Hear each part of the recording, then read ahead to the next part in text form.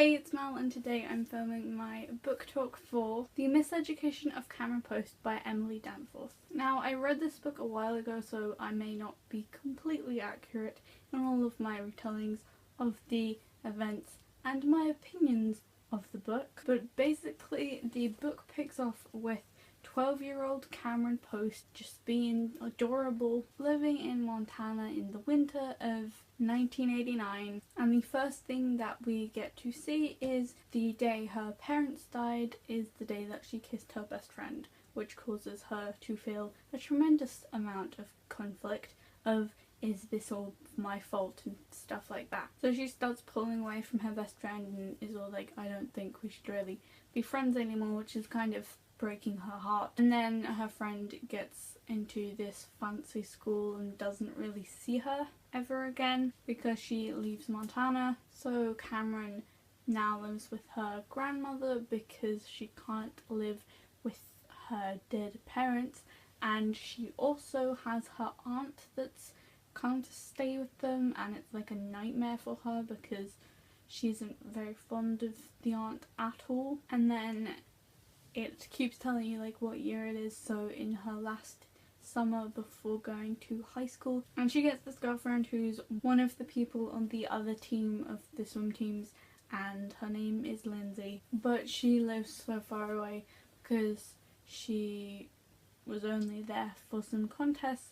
They have to break it off, and then a new girl comes to the school and Cameron is like totally into her, but by the time that they talk for the first time she's already got a boyfriend. But it doesn't stop Cameron kind of like falling in love with her, which is sweet. So this all happens over years, and then the book continues further into her teens and some stuff goes down, but spoilers, and it's really long for contemporary, and I think some people liked it way more than I liked it. I don't really think it's the type of book that I really enjoy. And for the spoilery part of this review thing, I'm gonna say a lot of stuff, so you probably need to read if you haven't read it, or if you just don't care.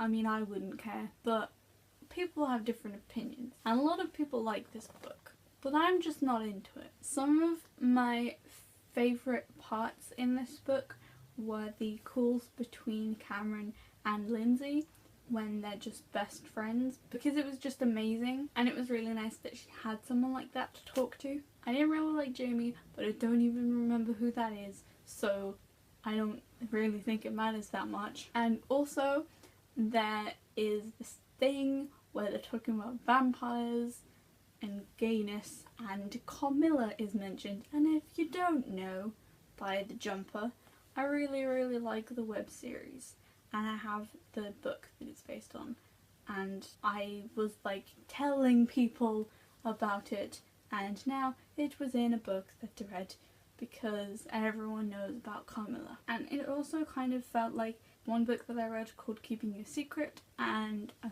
film that I saw that was called But I'm a Cheerleader. And if you know, I mean, now that it's in the spoilery section, you should know that she gets sent to a like camp, correctional facility thing, and that happens in But I'm a Cheerleader, but it's way cooler in that one because it's kind of like it's not serious like at all. And I also didn't like the grandma because apparently she was being really annoying. I also felt like uncomfortable because Cameron kept kissing loads of boys even though she knew that she didn't like them, because she just kept doing it, and I was like, why?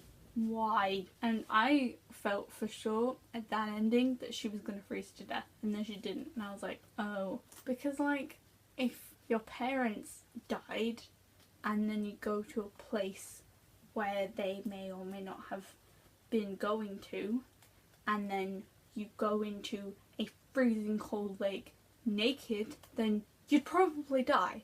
And it just felt like she was going to die, but she didn't. And it is really long for a contemporary, but I understand that it couldn't really have been told any other way, and you couldn't really like skip over the first bit or something. And like the romances weren't that big a deal, and they weren't like the key parts. And I loved her like relationship right before everyone found out, because that was just the best part.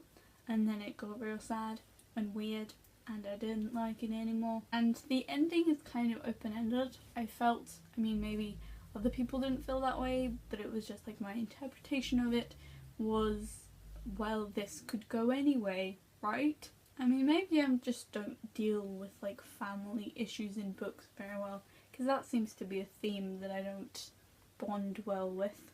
But that was all I had to talk about for the Miseducation of Cameron Post.